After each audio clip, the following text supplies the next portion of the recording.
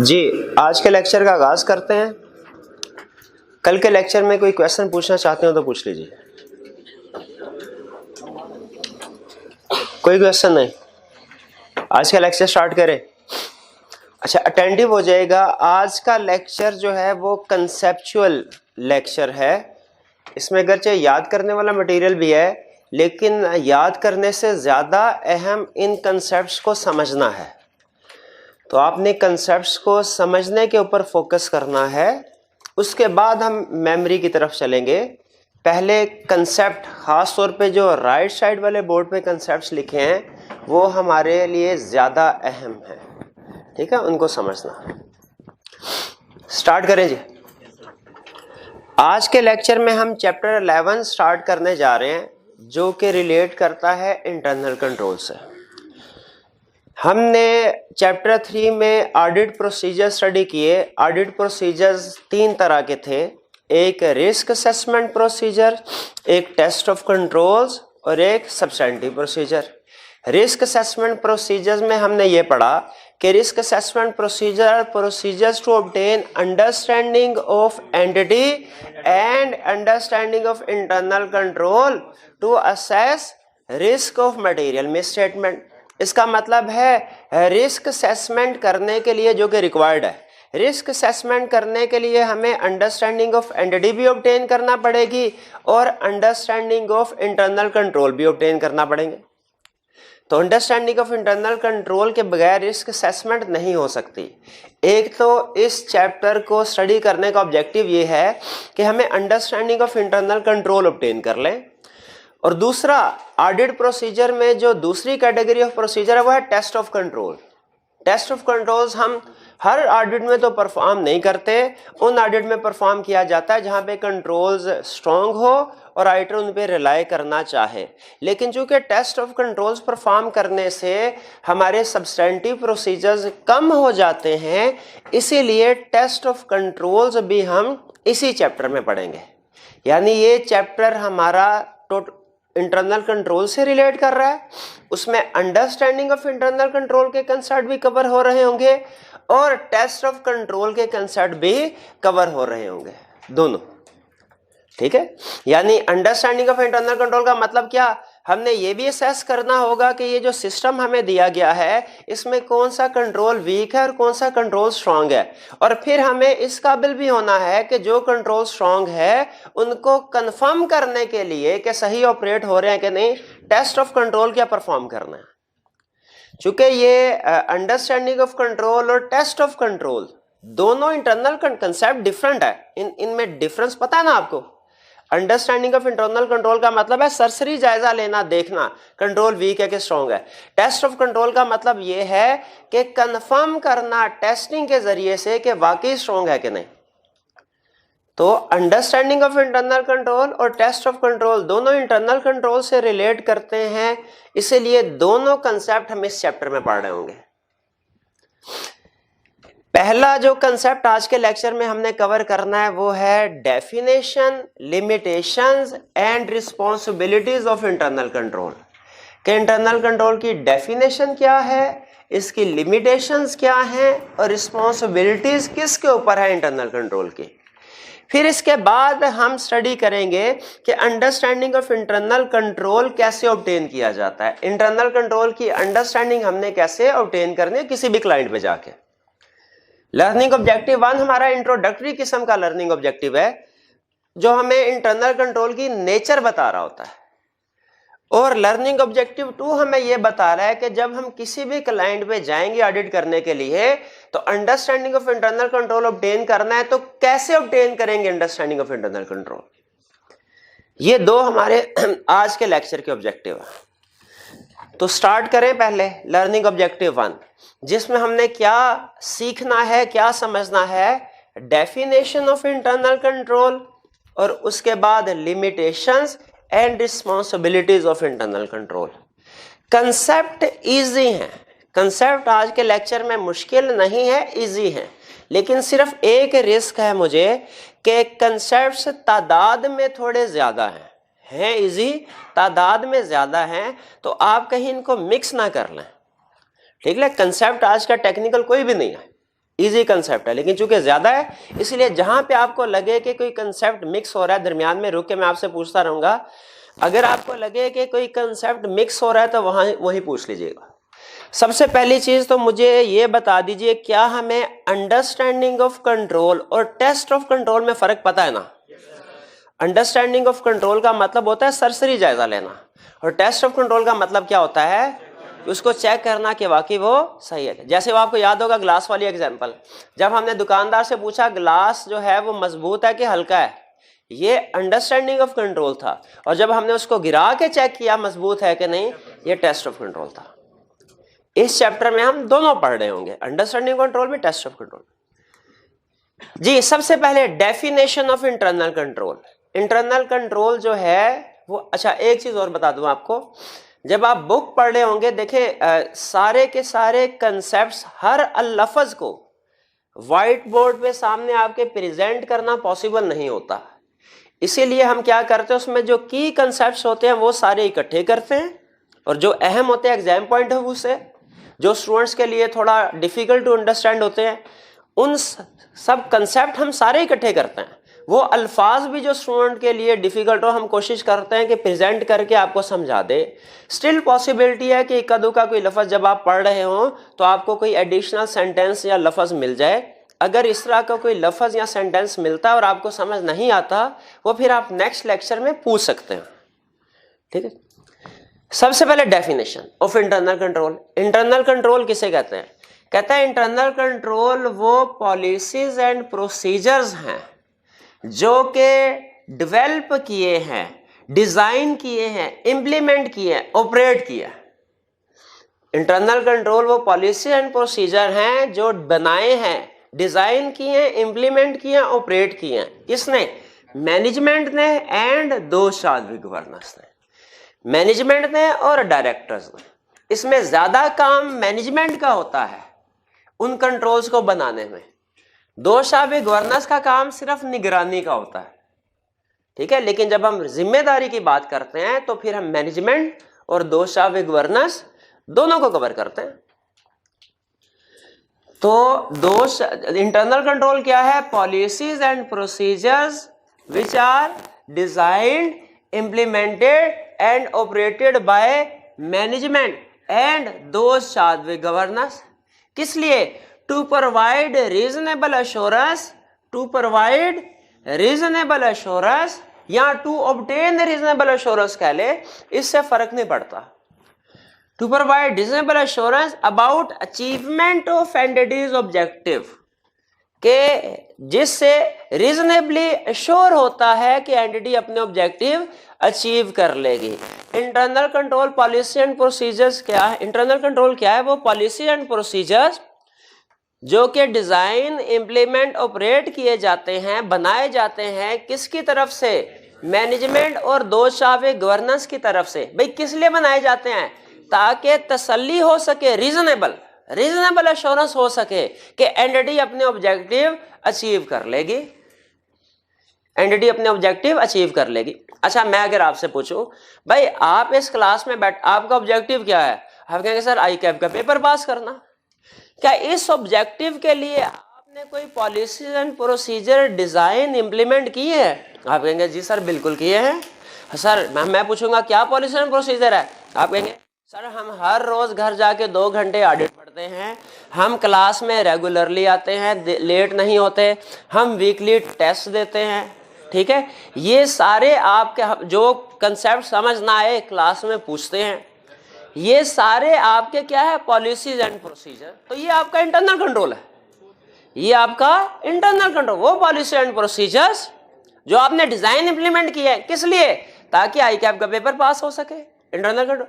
अब ये आप खुद भी जानते हैं कि हर स्टूडेंट के इंटरनल कंट्रोल एक जैसे नहीं होते, किसी के इंटरनल कंट्रोल स्ट्रांग है, किसी के इंटरनल कंट्रोल वीक है। अच्छा, जिसके इंटरनल कंट्रोल स्ट्रांग है उसका रिस्क ऑफ फेलियर कम है, और जिसके इंटरनल कंट्रोल वीक है उसका रिस्क ऑफ फेलियर ज्यादा है। उसी तरह ऑर्गेनाइजेशन के भी कुछ ऑब्जेक्टिव्स होते हैं। जिनको सामने रख के वो डिसाइड करते हैं कि हमने क्या पॉलिसी एंड प्रोसीजर बनाने हैं ताकि इन ऑब्जेक्टिव को अचीव किया जा सके। अब आपको याद होगा किसी लेक्चर में ये ऑब्जेक्टिव मैंने आपको समझाए थे। किसी भी कंपनी के 3 ऑब्जेक्टिव होते हैं, याद है कौन कौन से? Efficiency and effectiveness of operations, compliance with laws and regulation, preparation of reliable financial statements. याद है? कंपनी का सबसे बड़ा ऑब्जेक्टिव प्रॉफिट। कैसे आता है profit? Through efficiency and effectiveness of operations. Cost कम करके efficiency of operation, efficiency and effectiveness operation, cost कम करके सेल्स बढ़ा के। और क्या किसी भी एक्टिविटी से प्रॉफिट हासिल कर सकते हैं? सिर्फ लीगल से। दूसरा objective compliance with laws and regulation. Profit भी है, लीगल भी है। क्या करें भाई? सारी दुनिया को बताओ कैसे? Through preparation of reliable financial statements. याद है ये 3 ऑब्जेक्टिव? तो इंटरनल कंट्रोल क्या हुआ? वो पॉलिसीज एंड प्रोसीजर जो किसने डिजाइन किए हैं? मैनेजमेंट और 2 शावे गवर्नेंस ने। किस लिए? ताकि रीजनेबल एश्योरेंस प्रोवाइड की जा सके कि एंटिटी अपने ऑब्जेक्टिव को अचीव कर लेगी, इन 3 ऑब्जेक्टिव को।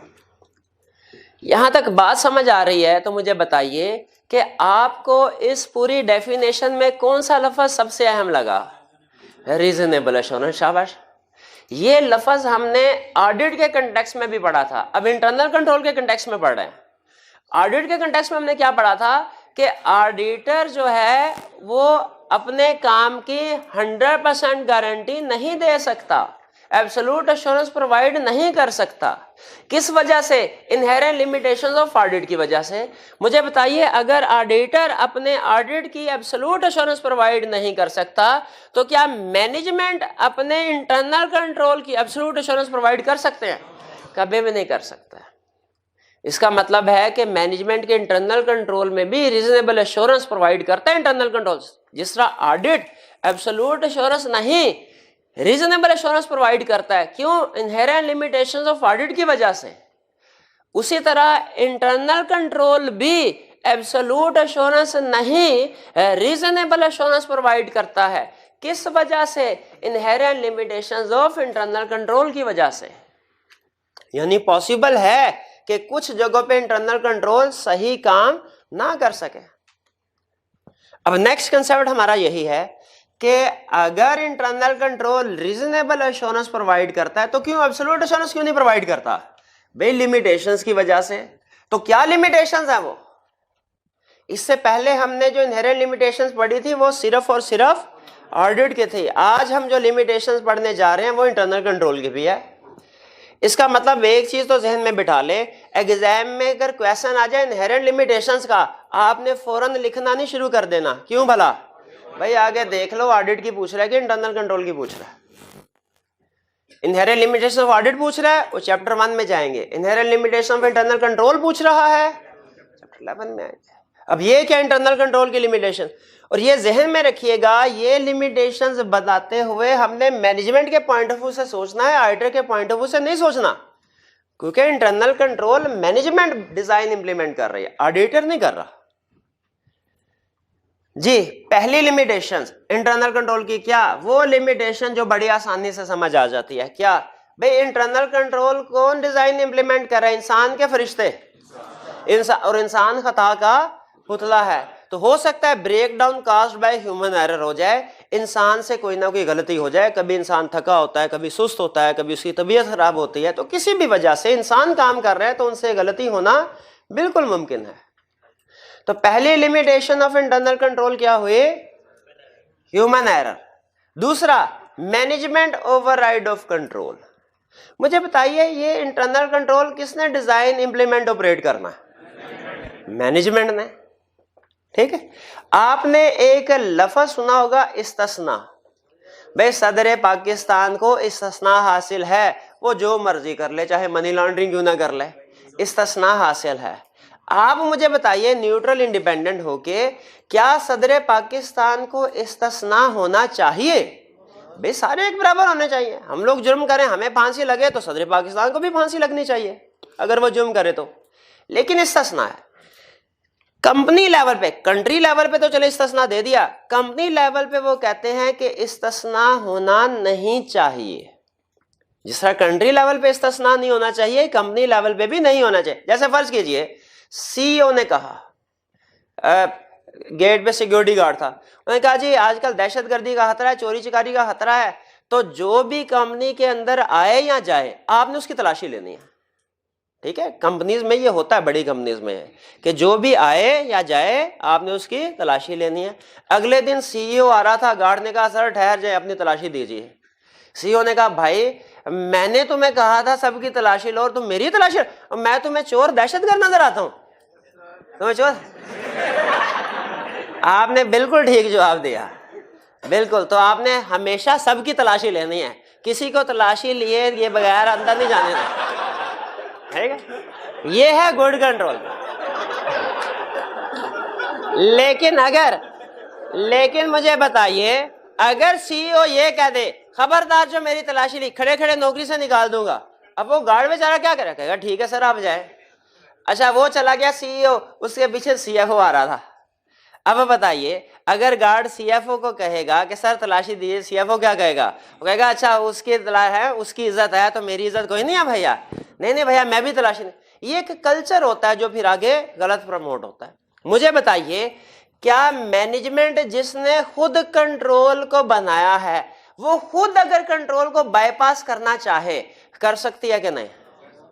अगर मैनेजमेंट अपने बनाए हुए कंट्रोल को खुद बाईपास करे, खुद ओवरराइड करे, खुद ब्रेक करे, इसे कहते हैं management override of control. Management override of control का कंसेप्ट समझ आया क्या है? अच्छा आगे एक दो एडवांस यहां पे बता रहा हूं, वैसे एग्जांपल यहां पे खत्म हो जाती है, लेकिन चूंकि अगले एक चैप्टर के साथ कंसेप्ट लिंक होता है, बेस अभी बना रहा हूं।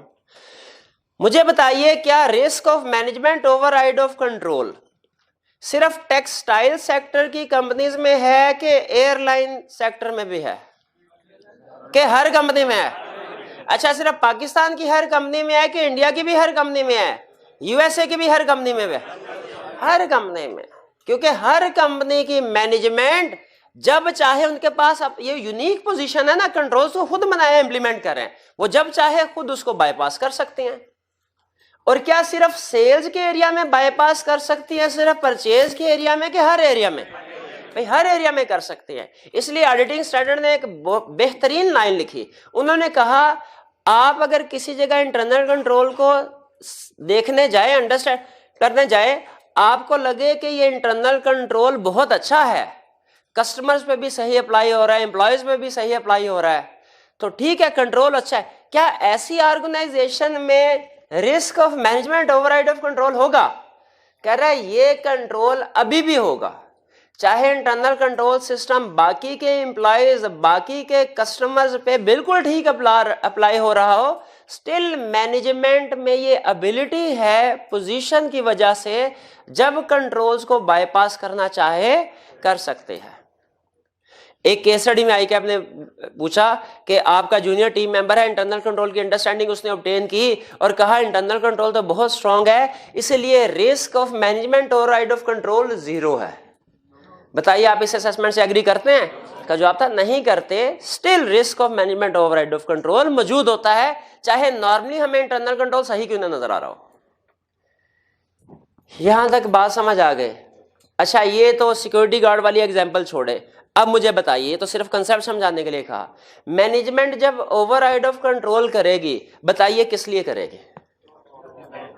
किस? फ्रॉड करने के लिए। शाबाश। तो मैनेजमेंट जब भी ओवरराइड ऑफ कंट्रोल करेगी, जहन में रखिएगा फ्रॉड के लिए करेगी। अच्छा अब ये रिस्क है, आपको याद है जब हमने risk at financial statement level की एग्जांपल पढ़ी थी, उसमें एक example management override of control थी कि नहीं थी? बिल्कुल थी। अब हर ऑर्गेनाइजेशन में risk of management override of control है, इससे एग्री करते हैं आप? क्या हमें एड्रेस करना चाहिए?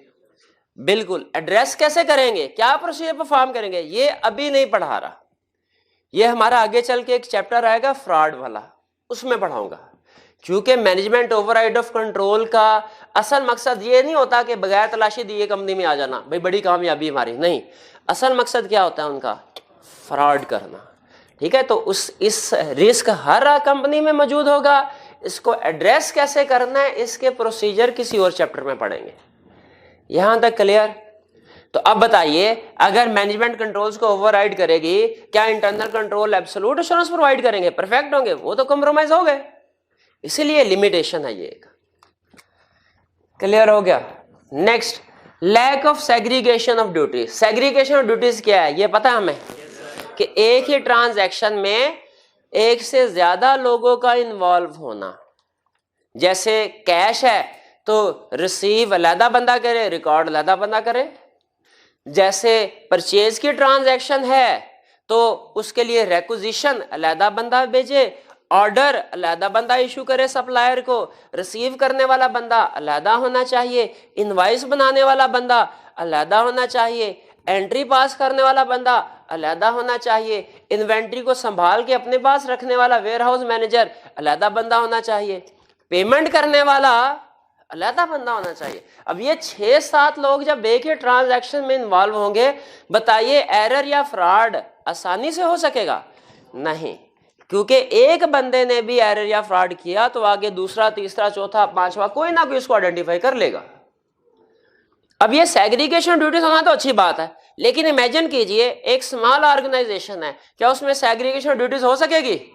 कभी नहीं हो सकेगी। घर के पास अगर कभी जाए, वो डॉक्टर के क्लिनिक में जाए कभी, तो आपने उसने कोई ना कोई सिस्टम रखा होता है, वो कितने काम कर रहा होता है, वो एट द सेम टाइम जितने लोग आ रहे होते हैं उनको पर्ची भी बना के दे रहा होता है, आपका टोकन नंबर ये है। वो लोगों से पैसे भी ले रहा होता है, उनको मेडिसिन भी लिख के दे रहा होता है, और उनको इंजेक्शन भी लगा देता है, और कभी कभी तो डॉक्टर मौजूद नहीं है, खुद भी दवाई लिख के दे देता है। अब ये सारे टास्क वह एक ही बंदा कर रहा है। तो मुझे बताइए, क्या स्मॉल ऑर्गेनाइजेशन में सेग्रीगेशन ड्यूटीज पॉसिबल है? नहीं। लार्ज ऑर्गेनाइजेशन में तो पॉसिबल है, स्मॉल में पॉसिबल। ये भी एक रीजन है लिमिटेशन ऑफ इंटरनल कंट्रोल की, कि इंटरनल कंट्रोल कंप्रोमाइज हो जाता है इससे। और फिर अगर लार्ज ऑर्गेनाइजेशन में जहां पे सेग्रीगेशन ड्यूटीज पॉसिबल है भी, वहां पे भी सम टाइम लोग आपस में मिल जाते हैं। जब लोग मिल के आपस में फ्रॉड करते हैं उसे क्या कहते हैं? यूनियन के कोलूजन? कोलूजन। अब रिसीव करने वाला कैश और कैश को रिकॉर्ड करने वाला बंदा दोनों मिल जाए, तो कैश रिसीव करने वाला कहे भाई कैश मैंने कंपनी का रिसीव किया लेकिन जेब में डाल दिया, तुम भी एंट्री ना करना ताकि किसी को पता ना चले, तो हम बाद में आधे आधे कर लेंगे पैसे। कोलूजन हो गया। अब बताइए फ्रॉड हो सकता है कि नहीं? इंटरनल कंट्रोल कंप्रोमाइज हो गया। ये भी एक रीजन है इंटरनल कंट्रोल के एब्सोल्यूट एश्योरेंस प्रोवाइड ना करने के।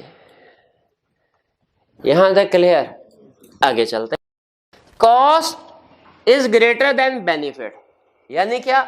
देखिए, हर इंटरनल कंट्रोल की एक कॉस्ट होती है, एक उसका बेनिफिट होता है। कंसेप्ट बिल्कुल सिंपल है, क्या कि बेनिफिट ज्यादा होना चाहिए, कॉस्ट कम होनी चाहिए, फिर ही कंट्रोल्स को अप्लाई करो। लेकिन कुछ जगह ऐसी होती हैं जहां पे बेनिफिट कम होता है, कॉस्ट ज्यादा होती है। जैसे एक कमरा है जहां पे इन्वेंट्री हमारी पड़ी हुई है, वहां पे लाखों की इन्वेंट्री है, वहां पे 18-20 हज़ार पर मंथ में सिक्योरिटी गार्ड को हमें बिठा देना चाहिए कि भाई ध्यान रखो कि आगे इन्वेंट्री को चोरी ना कर ले। लेकिन एक कमरा जिसमें हमारी स्टेशनरी आइटम्स वगैरह पड़ी हैं, पेन पेंसिल वगैरह, कॉपीज वगैरह पड़ी हुई हैं, रजिस्टर पड़े हुए हैं, उसमें 10-12 हज़ार का एट ए टाइम सामान पड़ा होता है। इस 10-12 हज़ार के सामान को सिक्योर करने के लिए 18 हज़ार पर मंथ पे सिक्योरिटी गार्ड बैठाना चाहिए? नहीं। क्यों नहीं बैठाना चाहिए? क्योंकि कॉस्ट ज्यादा है, बेनिफिट कम है। और ये बेनिफिट जब कम है तो फिर इस कंट्रोल को अप्लाई नहीं। अच्छा, अगर अप्लाई नहीं करेंगे तो भैया चोरी होती रहेगी, वो कभी कोई पेन उठा के ले जाएगा, कभी कोई रजिस्टर उठा के ले जाएगा, तो क्या करें? होने दें? कहता है बिल्कुल होने दें।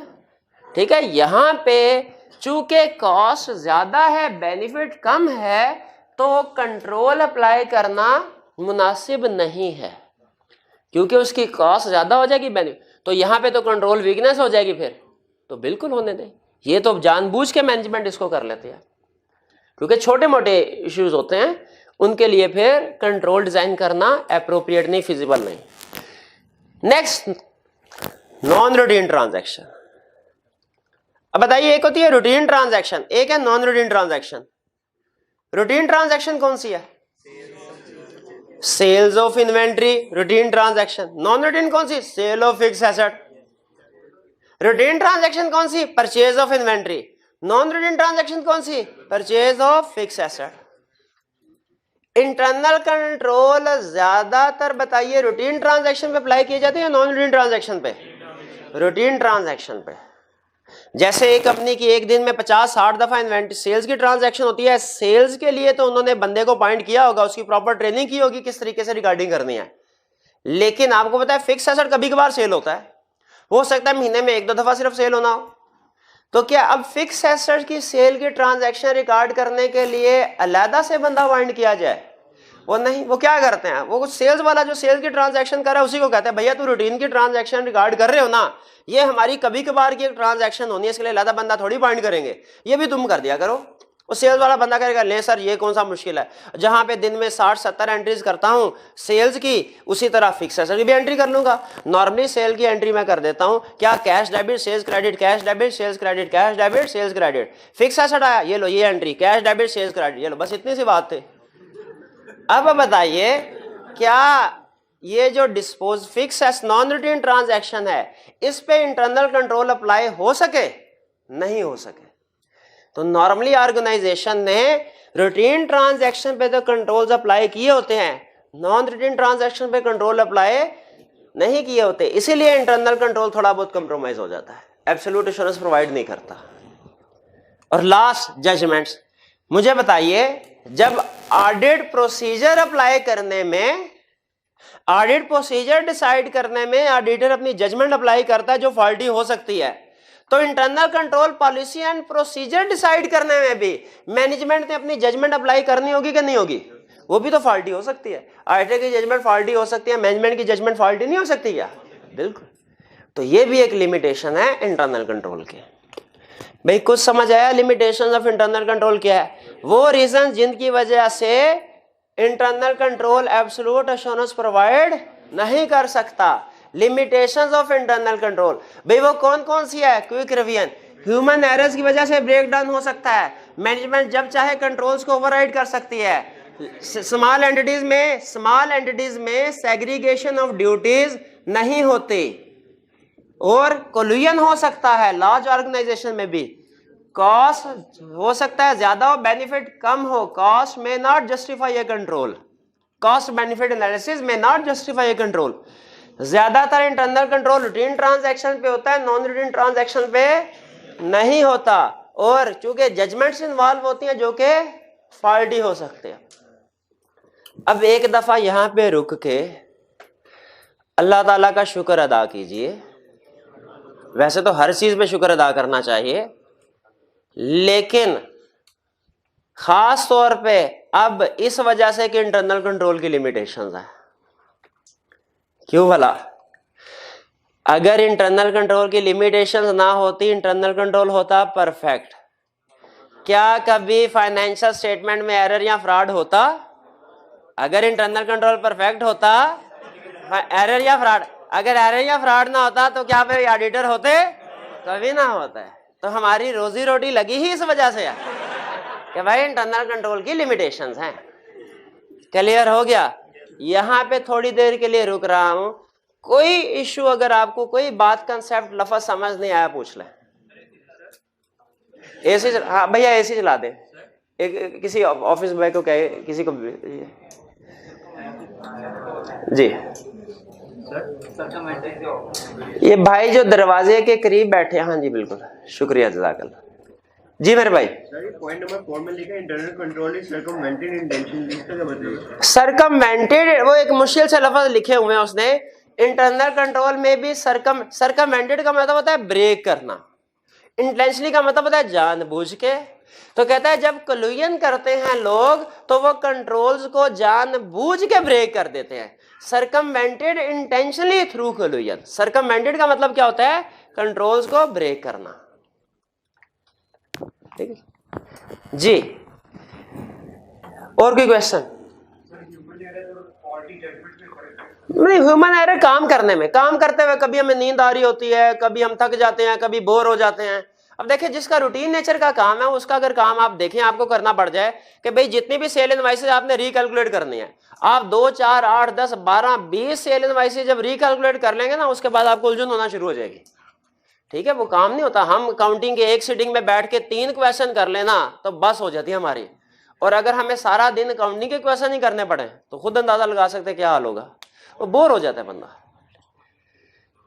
जी। नेक्स्ट रिस्पॉन्सिबिलिटी की तरफ चलते हैं। आप इंटरनल कंट्रोल के हवाले से रिस्पॉन्सिबिलिटीज बतानी है हमने। भाई रिस्पॉन्सिबिलिटी किसकी है? मैनेजमेंट की भी है, ऑडिटर की भी है। देखिए मैं फिर यहां पे रुक के आपको बता रहा हूं, आपने कंसेप्ट के ऊपर फोकस करना है, अल्फाज के ऊपर नहीं। पहले कंसेप्ट होगा, बाद में हम अल्फाज का रटा लगाएंगे। ठीक है, यहां उसको समझेंगे। कंसेप्ट के ऊपर फोकस करना है। मुझे बताइए इंटरनल कंट्रोल को डिजाइन करना, इंप्लीमेंट करना, ऑपरेट करना किसकी जिम्मेदारी है? मैनेजमेंट की। ठीक है, डिजाइन करना, इंप्लीमेंट करना, ऑपरेट करना मैनेजमेंट की जिम्मेदारी है। इन शॉर्ट डिजाइन करना, इनका लहदा मतलब समझने की जरूरत नहीं है। ठीक है, इनका लहदा वैसे मैं आपको क्विकली बता देता हूं। जैसे फर्ज कीजिए अगर कोई ब्रिज बनाना है फॉर एग्जांपल, तो पेपर के ऊपर उसका डिजाइन बनाना कि ये फॉर एग्जांपल मुस्लिम टाउन है, यहां पे एक ओवरहेड ब्रिज बनेगा, ये है डिजाइन।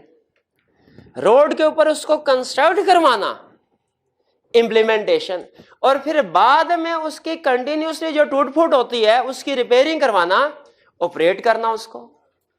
ठीक है, तो डिजाइन का मतलब पेपर में देखना कंट्रोल क्या होगा, इंप्लीमेंट का मतलब प्रैक्टिकली इसको अप्लाई करना, ऑपरेट का मतलब कंटिन्यूसली देखते रहना। और अगर फर्ज कीजिए मैनेजमेंट ने कहा ऑडिटर को, सर ये देखिए पेपर में ये हमने ओवरहेड ब्रिज बनाया, यह है डिजाइन। ऑडिटर कहे नहीं मैं जाके देखूं ब्रिज है कि नहीं, उधर जाके देखा बाकी ओवरहेड ब्रिज था। ये क्या है? Understanding of control. और अगर ऑडिटर खुद अपनी गाड़ी लेके देखे, मैं ऊपर से गुजर के देखता हूं ये मजबूत है कि नहीं, ये क्या होगा? Test of control. ठीक, अगर ज्यादा रिलाय करना, अगर थोड़ा रिलाय करना है ऑडिटर गाड़ी लेके जाएगा, ज्यादा रिलाय करना है तो ट्रैक्टर लेके चला जाएगा। अच्छा मुझे बताइए अगर मैनेजमेंट कहे सर पुल कमजोर है, ब्रिज जो है कमजोर, क्या फिर ऑडिटर ट्रैक्टर लेके जाएगा? तो कभी भी नहीं जाएगा। तो टेस्ट ऑफ कंट्रोल हमेशा कब परफॉर्म किए जाते हैं? Control strong. Design, implement, operate करना मैनेजमेंट की जिम्मेदारी। भाई ऑडिटर की क्या जिम्मेदारी है? अंडरस्टैंडिंग ऑब्टेन करना। इंटरनल कंट्रोल के हवाले से ऑडिटर की क्या जिम्मेदारी है? अंडरस्टैंडिंग ऑब्टेन, टेस्ट करना कंट्रोल्स को, यह भी ऑडिटर की रिस्पॉन्सिबिलिटी है। लेकिन कब? जब इंटरनल कंट्रोल स्ट्रांग होंगे और ऑडिटर उन पे रिलाय करना चाहता है। और फिर डेफिशिएंसी को कम्युनिकेट करना मैनेजमेंट को या डायरेक्टर को, यह भी ऑडिटर की जिम्मेदारी है। ऑडिट के दौरान में weakness in internal control, deficiency in internal control सामने आ सकती है ना, ये डायरेक्टर को, मैनेजमेंट को कम्युनिकेट करना किसकी जिम्मेदारी है? लेकिन कौन सी वाली वीकनेसेस? जो ऑडिटर आइडेंटिफाई कर ले और सिग्निफिकेंट हो। जो ऑडिट, हर weakness in internal control communicate करना ऑडिटर की जिम्मेदारी नहीं है।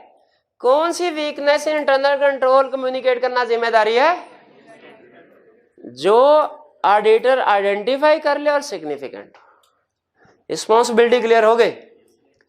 और जहन में रखिएगा कभी भी ऑडिटर की यह जिम्मेदारी नहीं होती क्या? To express opinion on control. Internal control पे ओपिनियन एक्सप्रेस करना ऑडिटर की कभी भी जिम्मेदारी नहीं होगी। याद है आपको वो केस स्टडी थी चैप्टर 4 में हमने की थी, पता नहीं 20-21 क्वेश्चन नंबर क्वेश्चन था, 18-19 था, जिसमें 4-5 स्टेटमेंट थी। उसने कहा था बताओ एप्रोप्रिएट है कि नहीं। उसमें एक स्टेटमेंट में ये भी था कि ऑडिटर ने इंटरनल कंट्रोल पे ओपिनियन एक्सप्रेस करना रिपोर्ट में। तो इंटरनल कंट्रोल पे ओपिनियन एक्सप्रेस करना ऑडिटर की जिम्मेदारी नहीं है। यह हद तक क्लियर? इंटरनल कंट्रोल के हवाले से मैनेजमेंट की क्या जिम्मेदारी है? डिजाइन, इंप्लीमेंट, ऑपरेट करना। ऑडिटर की क्या जिम्मेदारी है? अंडरस्टैंडिंग ऑब्टेन करना, टेस्ट ऑफ कंट्रोल करना, अगर डेफिशिएंसी आए कम्युनिकेट करना। लेकिन ये इफ वाले कंडीशनल है रिस्पॉन्सिबिलिटी, पहली वाली लाजमी है। अच्छा मुझे बताइए अंडरस्टैंडिंग ऑफ कंट्रोल में और टेस्ट ऑफ कंट्रोल में फर्क समझ आ गया? चले नेक्स्ट, कहते हैं आप एक जगह ऑडिट करने के लिए गए, कंट्रोल्स बेहतरीन थे, ये आईकैप के केस स्टडी पास पेपर का एक क्वेश्चन है, कंट्रोल्स बेहतरीन थे, आपने अपने मैनेजर से कहा सर ऐसे कंट्रोल तो मैंने सारी उम्र में नहीं देखे, इसका मतलब ये है हम टेस्ट ऑफ कंट्रोल अच्छे तरीके से परफॉर्म कर लेते हैं, फिर भी कंट्रोल्स बेहतरीन हुए तो फिर हम सब्सटैंटिव प्रोसीजर छोड़ देंगे। बताइए क्या ये कंक्लूजन करेक्ट है? ये गलत है, दो रीजन की वजह से। पहली रीजन तो ये कि सब्सटैंटिव प्रोसीजर परफॉर्म करना हर एरिया पे सब्सटैंटिव प्रोसीजर परफॉर्म करना रिक्वायर्ड है। दूसरी रीजन ये कि इंटरनल कंट्रोल जितने मर्जी अच्छे हों उनकी हमेशा कुछ ना कुछ लिमिटेशंस होती हैं, वो कभी भी एब्सोल्यूट एश्योरेंस प्रोवाइड नहीं करते। इसलिए अगर क्लाइंट के इंटरनल कंट्रोल स्ट्रांग है, याद रखिए हम अपने सब्सटैंटिव प्रोसीजर को रिड्यूस तो कर सकते हैं, एलिमिनेट नहीं कर सकते। अगर इंटरनल कंट्रोल स्ट्रांग हो हम अपने सब्सटैंटिव प्रोसीजर्स को रिड्यूस कर सकते हैं, एलिमिनेट खत्म नहीं कर सकते। यहां तक क्लियर? हमने डेफिनेशन भी पढ़ ले, लिमिटेशन भी पढ़ ले, रिस्पॉन्सिबिलिटीज भी पढ़ ली, और एक कंसेप्ट कि सब्सटैंटिव प्रोसीजर को कभी ओमिट नहीं करना, ये सोच के कि कंट्रोल स्ट्रांग है, ये भी पढ़ लिया। ये हमारा लर्निंग ऑब्जेक्टिव 1 क्लियर। आगे चलने से पहले फिर पूछ रहा हूं, कोई कंसेप्ट ऐसा है जो समझ में नहीं आया? पूछ लीजिए। हाँ रिस्पॉन्सिबिलिटीज, शाबाश। कह रहे सर रिस्पॉन्सिबिलिटीज हमने पहले चैप्टर में भी पढ़ी थी, मैनेजमेंट की, ऑडिटर की, यहां पे भी रिस्पॉन्सिबिलिटीज आ गई, तो ये क्या चक्कर है? हाथ उठाना है, हाथ उठाना है जी मेरे भाई। हाँ जी भैया, ये स्पेसिफिक है, वो ओवरऑल थे, आपको बताया था ना। एक होगी रिस्पॉन्सिबिलिटी ओवरऑल, वो फाइनेंशियल स्टेटमेंट प्रिपेयर करते हैं, ओवरऑल पूरी की पूरी फाइनेंशियल। ये स्पेसिफिक है इंटरनल कंट्रोल की, और अभी और स्पेसिफिक रिस्पॉन्सिबिलिटी अगले कुछ चैप्टर्स में आनी है। रिलेटेड पार्टी वाला चैप्टर पढ़ेंगे, उसमें स्पेसिफिक रिस्पॉन्सिबिलिटी ऑफ ऑडिटर और मैनेजमेंट आएगी। गोइंग कंसर्न वाला चैप्टर पढ़ेंगे, उसमें स्पेसिफिक रिस्पॉन्सिबिलिटी गोइंग कंसर्न की, मैनेजमेंट और ऑडिटर की पढ़ेंगे। सब्सिक्वेंट इवेंट की रिस्पॉन्सिबिलिटीज पढ़ेंगे। तो फर्क समझ आया आपको? वो थी ओवरऑल और ये है स्पेसिफिक। एग्जाम में कैसे हमें पता चलेगा, वो रिस्पॉन्सिबिलिटी पूछी उसने मैनेजमेंट की या ऑडिटर की, कैसे पता चलेगा कौन सी लिखनी है? हाँ शाबाश, अगर वो सिर्फ रिस्पॉन्सिबिलिटीज की बात कर रहा है या फाइनेंशियल स्टेटमेंट की बात करता है तो ओवरऑल लिखने हैं। लेकिन अगर वो रिस्पॉन्सिबिलिटी के साथ लफ्ज लिख देता है इंटरनल कंट्रोल, लफ्ज लिख देता है गोइंग कंसर्न, लफ्ज लिख सकता है रिलेटेड पार्टीज, लफ्ज लिख लेता है सब्सिक्वेंट इवेंट, तो फिर हमने स्पेसिफिक रिस्पॉन्सिबिलिटीज लिखनी होगी। क्लियर हो गया मेरे भाई जी? और कोई क्वेश्चन? कोई क्वेश्चन नहीं? नेक्स्ट कंसेप्ट की तरफ चलें। अच्छा नेक्स्ट कंसेप्ट देखें, आपको पता है हम अंडरस्टैंडिंग के ऊपर ज्यादा फोकस करा रहा हूं मैं आपको। लाजमी नहीं कि ये सारे का सारा हम आज ही कवर करें लर्निंग ऑब्जेक्टिव 2, ठीक है? इजीली जितना कवर हो सका उतना मैं पढ़ाऊंगा, ठीक है? जहां पे मैं समझूंगा कि सफिशिएंट हो गया वहां पे रोक दूंगा लेक्चर। मुझे बताइए, हमने चैप्टर 3 में रिस्क असेसमेंट प्रोसीजर पढ़े, उनमें था risk assessment procedure are procedures to obtain understanding of entity and understanding of internal control to assess risk of material misstatement. इसका मतलब यह हुआ कि रिस्क असेसमेंट करनी लाजमी है। रिस्क असेसमेंट करने के लिए अंडरस्टैंडिंग ऑफ एंटिटी भी ऑब्टेन करनी पड़ेगी, अंडरस्टैंडिंग ऑफ इंटरनल कंट्रोल भी। क्लियर? अंडरस्टैंडिंग ऑफ एंटिटी हम ऑब्टेन कर चुके, किस चैप्टर में? 10 में। Understanding of internal control obtain करने जा रहे हैं चैप्टर 11 में। अच्छा बताइए, अंडरस्टैंडिंग ऑफ एंटिटी में हमने क्या कंसेप्ट पढ़ा था कि क्या हमने पूरी की पूरी एंटिटी की अंडरस्टैंडिंग ऑब्टेन करनी है?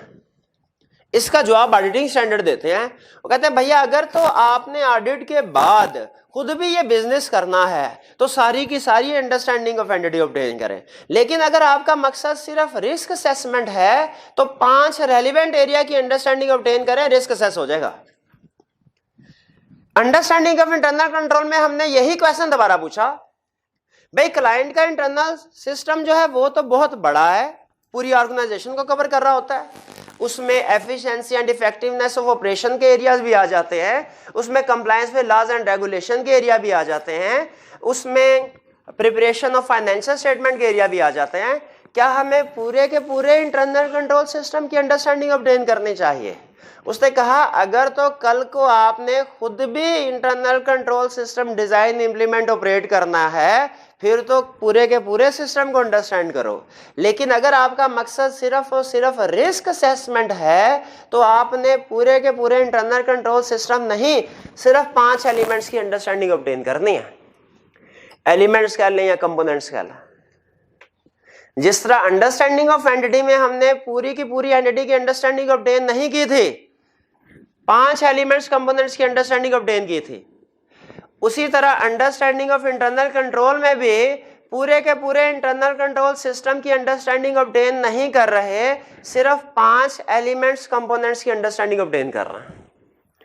भाई वो कौन कौन से एलिमेंट्स हैं इंटरनल कंट्रोल के जिनकी अंडरस्टैंडिंग ऑब्टेन करनी है? वो है पहला कंट्रोल एनवायरनमेंट, दूसरा information system relevant to financial statements या फाइनेंशियल रिपोर्टिंग एक ही बात है, तीसरा एंटिटीज रिस्क असेसमेंट प्रोसेस, चौथा कंट्रोल एक्टिविटीज, पांचवा मॉनिटरिंग ऑफ कंट्रोल। तो इंटरनल कंट्रोल के कितने एलिमेंट्स हैं जिनकी हमने अंडरस्टैंडिंग ऑब्टेन करनी है? 5 एलिमेंट्स। कौन कौन से? पहला कंट्रोल एनवायरनमेंट, दूसरा information system relevant to financial statement, तीसरा एंटिटीज रिस्क असेसमेंट प्रोसेस, चौथा कंट्रोल एक्टिविटीज, पांचवा मॉनिटरिंग ऑफ कंट्रोल। 5 एलिमेंट्स की समझ क्लियर जी? आगे चलते हैं।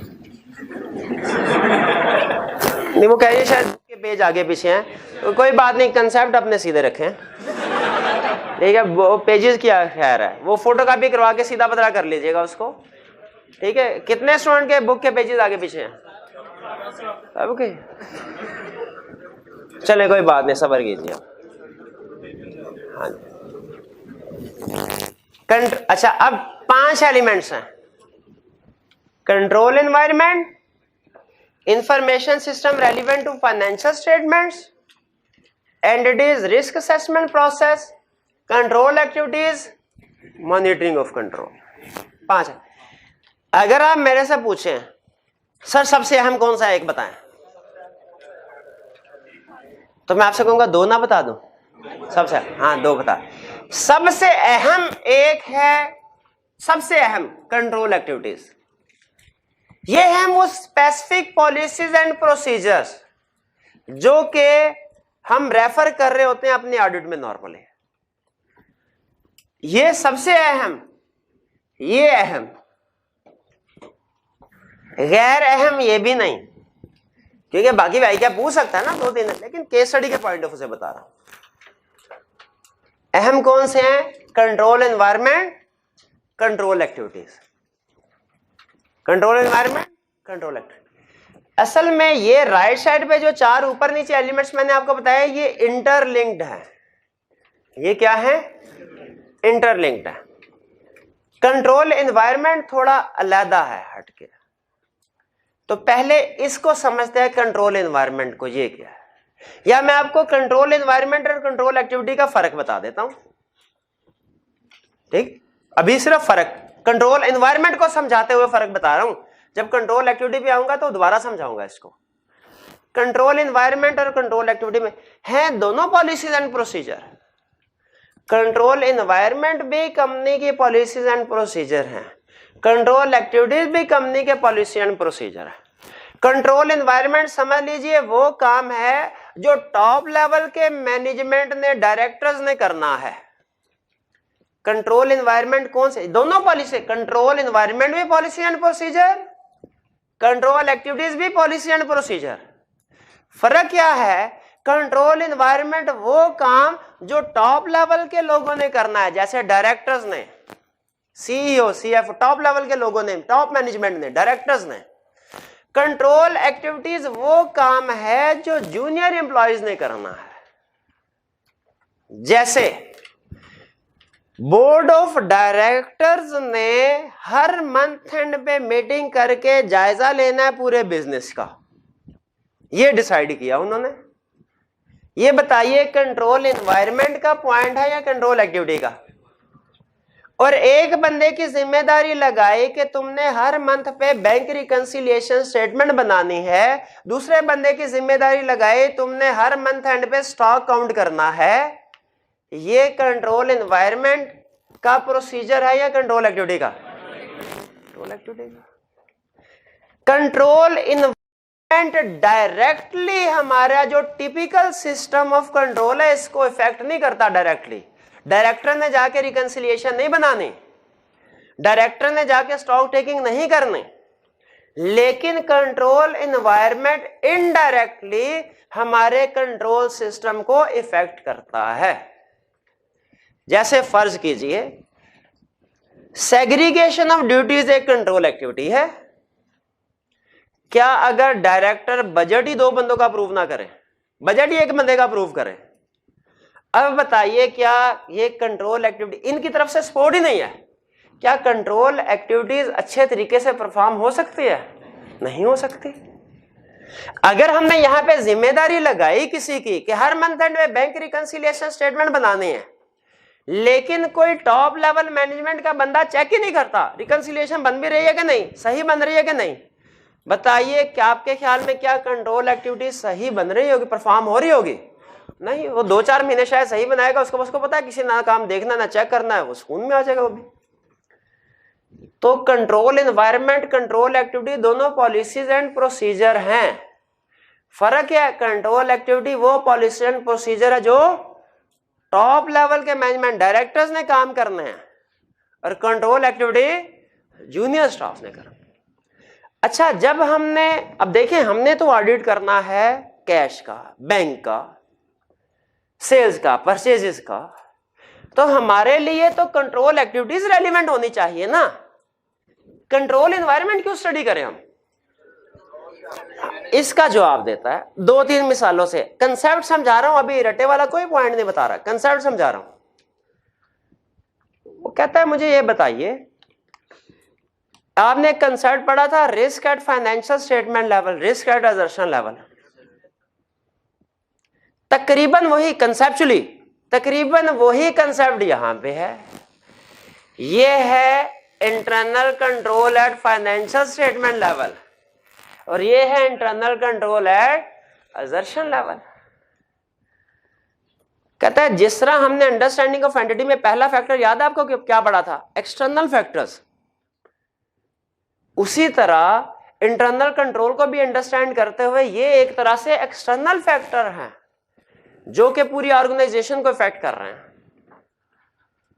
इनको पढ़ना इसलिए जरूरी है, आपने शायद बिजनेस मैनेजमेंट में या किसी जगह पे एक थ्योरी पढ़ी होगी या एक लाइन पढ़ी होगी कि जो जूनियर्स होते हैं ना, जूनियर्स, लोअर लेवल के लोग, एम्प्लॉयज वगैरह, वो अपने सीनियर्स को, लीडर्स को फॉलो करते हैं, कॉपी करते हैं। जिस तरह के लीडर्स होंगे, टॉप लेवल मैनेजमेंट होगी, जिस तरह का काम कर रहे होगी, एग्जैक्टली उसी तरह का काम लोअर लेवल के लोग, एम्प्लॉयज भी कर रहे होंगे। इसलिए कहता है किसी जगह अगर अंडरस्टैंडिंग ऑफ इंटरनल कंट्रोल समझने के लिए जाओ ना, तो पहले कंट्रोल एक्टिविटीज नहीं, एनवायरनमेंट समझो। क्यों? अगर कंट्रोल एनवायरनमेंट स्ट्रांग हुआ ना, अच्छा हुआ, तो मे भी कंट्रोल एक्टिविटीज सही परफॉर्म हो रही होंगी, मे भी गलत। फर्क सुनिएगा, अगर कंट्रोल एनवायरनमेंट स्ट्रांग हुआ तो ज्यादा चांस यही है कंट्रोल एक्टिविटीज अच्छी होंगी, मे भी अच्छी हो, मे भी गलत हो। लेकिन अगर कंट्रोल एनवायरनमेंट वीक है, इसमें पता चला करप्ट लोग हैं, इसमें पता चला ऐसे लोग हैं जो कि सही काम नहीं कर रहे, कहता है कंट्रोल एक्टिविटी को देखने की जरूरत ही नहीं है। क्यों भला? वो ऑटोमेटिकली कंफर्म है वो वीक होगी। फर्ज कीजिए, सिर्फ मिसाल देने के लिए समझा रहा हूं, फर्ज कीजिए अगर एफबीआर के जो डायरेक्टर लेवल के लोग हैं वो करप्शन कर रहे हो, तो क्या जो लोअर लेवल के एम्प्लॉइज हैं वो सारे ईमानदार होंगे? इक्का दुक्का फिर भी कुछ हो सकता है ईमानदार चंदे को, लेकिन इन लोगों ने टॉप लेवल मैनेजमेंट में कल्चर डेवलप करना होता है। कैसा होगा? टॉप लेवल मैनेजमेंट जिस तरह की होगी, जूनियर लेवल के लोग भी उसी तरह के होंगे।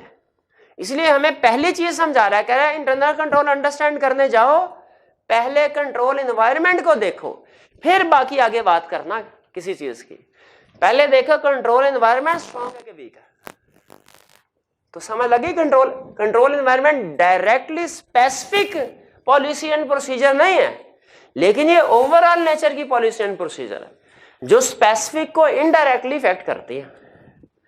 हमने कहा अच्छा ठीक है, ये बात तो समझ आ गई कि इंटरनल कंट्रोल के 5 एलिमेंट्स हैं। सबसे पहले जो हमने अंडरस्टैंड करना वो है कंट्रोल एनवायरनमेंट।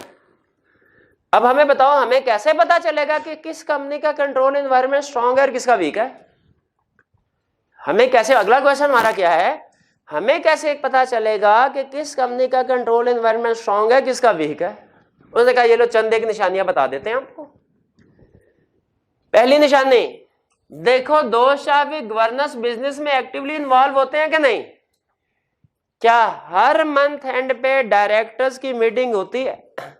उनकी एक्टिव इन्वॉल्वमेंट है, एक्टिव पार्टिसिपेशन है बिजनेस में?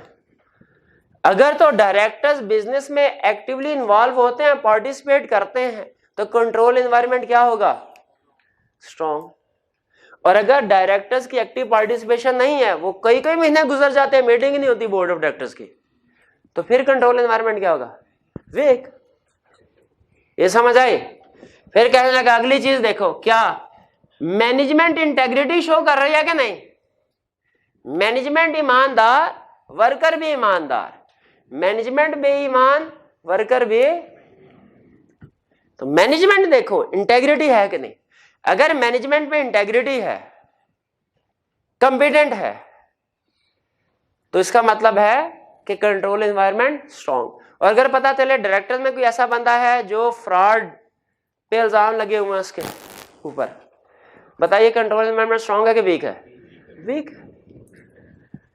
कह रहे मैनेजमेंट को एग्रेसिव नहीं होना चाहिए। यहां पे एग्रेसिव से मुराद ये नहीं कि गुस्से वाली नहीं होनी चाहिए, यहां पे एग्रेसिव से मुराद है aggressive towards financial reporting, towards financial statement नहीं होना चाहिए। मतलब कि अपने जूनियर एम्प्लॉयज के लिए एग्रेसिव टारगेट सेट ना करे, रीजनेबल टारगेट सेट करे। सेल्स वालों को ये ना कहे कि भाई आपको बोनस तब मिलेगा, आपको फॉर एग्जांपल सैलरी तब मिलेगी जब आप ये हाई लेवल का टारगेट अचीव करेंगे। वो बेचारे दिन रात एक किया उन्होंने, हाई लेवल का टारगेट अचीव नहीं हो सका, तो वो फ्रस्ट्रेट हो जाते हैं। वो फिर उस टारगेट को कोई 2 नंबर तरीकों से अचीव करने की कोशिश करते हैं। वो हो सकता है हर अरे बंदे को जो फाइनेंशियल पोजीशन उसकी वीक भी है उसको भी क्रेडिट सेल कर दें ताकि उनका टारगेट पूरा हो जाए, बाद में बैड डेट होगा तो कंपनी का होगा। तो इसीलिए एग्रेसिव टारगेट सेट नहीं करने चाहिए जो कि अचीव ना हो सके। Committed to competence, top level management को कॉम्पिटेंस को प्रमोट करना चाहिए। उन्हें जो हायरिंग करनी है, जो फायरिंग करनी है, जो प्रमोशन करनी है, बोनस करने हैं, ये कॉम्पिटेंस और परफॉर्मेंस की बेस पे करने चाहिए, सिफारिश की बेस पे नहीं करने चाहिए, पर्सनल लाइक्स डिसलाइक की बेस पे नहीं करने चाहिए। वरना ऑर्गेनाइजेशन में जो दूसरे एम्प्लॉयज है वो फ्रस्ट्रेट हो सकते हैं। आपने शायद बिजनेस मैनेजमेंट में एक और थ्योरी पढ़ी होगी, इक्विटी थ्योरी, कि हर वर्कर दूसरे वर्कर के साथ अपने आप को कंपेयर कर रहा होता है कि मैं कितना इनपुट कर रहा हूं, मुझे कितने पैसे मिल रहे हैं, साथ वाला कितना इनपुट कर रहा है कंपनी में, ऑर्गेनाइजेशन उसको कितना रिवॉर्ड मिल रहा है, वो कंपेयर करता है। अगर उसे लगे ना कि ये इक्वल नहीं है, मैं भी उतना इनपुट कर रहा हूं, ये भी उतना इनपुट कर रहा है, इसको ज्यादा बोनस मिल गया मुझे कम, अगर उसे लगे कि उसे इक्वली ट्रीट नहीं किया जा रहा, तो फिर वो क्या सोचता है? क्या वो ये सोचेगा कि ये ज्यादा कॉम्पिटेंट है? वो क्या कहते हैं, अच्छा मुझे ज्यादा पैसे मिलने चाहिए थे, मेरा हक था, मुझे नहीं मिला, अब मैं क्या करूंगा, जो मांगे से नहीं मिलता हक उसे छीन लो, कोई ना कोई फ्रॉड करने की कोशिश करेगा। इसीलिए वो ये कह रहे हैं कि आपकी ह्यूमन रिसोर्स पॉलिसीज एप्रोप्रिएट होनी चाहिए, कमिटमेंट टुवर्ड्स कॉम्पिटेंस होनी चाहिए, हायरिंग फायरिंग प्रमोशन के डिसीजन परफॉर्मेंस की बेस पे करें। अगर पता चले सिफारिश चल रही है, इसका मतलब कंट्रोल एनवायरनमेंट वीक है। और आखिरी कंसेप्ट आज का, नो टॉलरेंस ओवर पेटी थेफ्ट। ये क्वेश्चन है पास पेपर का, आपके साथ शेयर करता हूं, आपने मुझे बताना इसमें प्रॉब्लम क्या है। पता चला कैशियर ने 5,000 रुपए का फ्रॉड किया है, सीएफओ ने उसे बुलाया और कहा भाई आप कई सालों से हमारे साथ काम कर रहे हैं, इसलिए आप, और अमाउंट भी फ्रॉड की छोटी है, इसलिए आपको वार्निंग दे के मामला खत्म कर रहा हूं, आइंदा आपने अगर फ्रॉड किया तो आपको जॉब से निकाल दिया जाएगा, वार्निंग दे के भेज दिया। बताइए क्या ये कोर्स ऑफ एक्शन ठीक है? क्यों, क्या प्रॉब्लम है इसमें? देखें, अगर आप पेटी थेफ्ट, छोटी मोटी चोरी पे लोगों को माफ करेंगे तो इसका ये मतलब नहीं है वो लोग बाज आ जाएंगे, बल्कि इसका मतलब ये आप उनको कह रहे हैं कि अच्छा छोटी थी माफ कर दिया, भाई चोरी करनी है तो बड़ी करो। रिसर्च हमें ये बताती है कि जो लोग चोरी करते हैं, जो लोग फ्रॉड करते हैं, वो पहले छोटी छोटी अमाउंट की चोरियां फ्रॉड करके ट्रेनिंग हासिल कर रहे होते हैं कि अच्छा मैं इस तरीके से चोरी फ्रॉड करता हूं, देखता हूं पकड़ा जाता है कि नहीं पकड़ा जाता, मैं इस तरीके से फ्रॉड करने की कोशिश करता हूं, देखता हूं पकड़ा जाता हूं कि नहीं। अब अगर किसी तरीके से पकड़ा जाए, वो कहता है अच्छा ये तरीका नहीं करना था, स्ट्रेटेजी चेंज करो। और इसी तरह आहिस्ता आहिस्ता जब उन्हें पता चल जाता है कि सिस्टम में कौन कौन सी वीकनेसेस ऐसी हैं जहां से हमें नहीं पकड़ा जाएगा, वो फिर बड़ा फ्रॉड उस जगह से करते हैं। तो कहता है आपने पैटी छोटी चोरी पे भी टॉलरेट नहीं करना, इमीडिएट एक्शन लेना है और उसको रिमूव कर देना, रेलिवेंट जो भी टीम मेंबर होगा।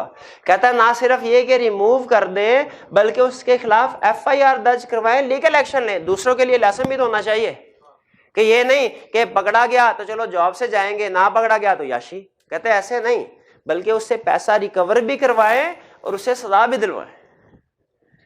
तो छोटी चोरी को माफ नहीं करना, वरना बड़ी चोरी होने का खतरा होता है। जी क्या एग्री करते हैं आप कि ये वाले जो कोर्स ऑफ एक्शन है, ये मैनेजमेंट, टॉप लेवल मैनेजमेंट के, ये हमारे टिपिकल इंटरनल कंट्रोल सिस्टम को इफेक्ट करते हैं? और हमें बताइए, जब भी इंटरनल कंट्रोल सिस्टम की अंडरस्टैंडिंग ऑब्टेन करें, पहले कंट्रोल एक्टिविटीज को अंडरस्टैंड करना चाहिए, कंट्रोल एनवायरनमेंट को। आईकैप कंट्रोल एनवायरनमेंट से रिलेटेड बता रहा हूं। दो तरह के क्वेश्चन पूछ सकता है, या तो रटे वाले क्वेश्चन में पूछेगा बताओ कंट्रोल एनवायरनमेंट क्या है, इसको डिफाइन करो, और कैसे वैल्यूएट करेंगे किसी भी ऑर्गेनाइजेशन के कंट्रोल एनवायरनमेंट को, वो फैक्टर्स बताओ। आपने डेफिनेशन छापनी होगी कि ये टॉप लेवल मैनेजमेंट, डायरेक्टर्स वगैरह का एटीट्यूड, एक्शन, अवेयरनेस है टुवर्ड्स इंटरनल कंट्रोल सिस्टम, और ये फैक्टर्स लिखने होंगे। ठीक है, एक दो फैक्टर शायद और भी होंगे, रीड कर लीजिएगा, ये फैक्टर्स लिखने होंगे। दूसरा question case study based test कर सकता है। उसमें क्या होगा, आईकैप आपको किसी ऑर्गेनाइजेशन का सिस्टम बता देगा, कहेगा बताओ कंक्लूजन दो एंड पे कंट्रोल एनवायरनमेंट स्ट्रांग है कि वीक है, या कहेगा इस सिस्टम में से वीकनेसेस आइडेंटिफाई करो कंट्रोल एनवायरनमेंट में से। आपने कंट्रोल एनवायरनमेंट का लफ्ज आ जाएगा रिक्वायरमेंट में, आपने इन चीजों को, फैक्टर्स को जहन में ले आना है और देखना है क्वेश्चन में ये पूरी हो रही है कि नहीं हो रही। जैसे अगर क्वेश्चन में वो कह रहा है कि डायरेक्टर्स कभी कभार मिलते हैं, आप कहेंगे वीक कंट्रोल एनवायरनमेंट। अगर क्वेश्चन में कह दे कि जी एक बंदे को इन्वेंट्री मैनेजर जो है वो चोरी कर रहा था, उसको पकड़ा गया और उसको वार्निंग दे के छोड़ दिया गया, क्या कहेंगे, कंट्रोल एनवायरनमेंट वीक है। तो वैल्यूएट कर लेंगे इस तरह के क्वेश्चन को। दो तरह से मैंने बताया, अभी 5 एलिमेंट्स हैं इंटरनल कंट्रोल सिस्टम के, अभी सिर्फ एक समझाया, कौन सा, कंट्रोल एनवायरनमेंट, और बताया किस तरीके से आईकैप टेस्ट कर सकता है। यहाँ तो रटे वाला क्वेश्चन जिसमें आपसे कहेगा फैक्टर रिप्रोड्यूस करवा दो डेफिनेशन के साथ, या केस स्टडी जिसमें वो फैक्टर्स खुद प्रेजेंट करेगा, हमने रिलेट करना होगा इनके साथ, देखना होगा कौन सा वायलेशन हो रही है। हैंडल कर लेंगे दोनों तरह के क्वेश्चन को। चलिए आज का लेक्चर हम यहाँ पे रोक रहे हैं, कल यहीं से स्टार्ट करेंगे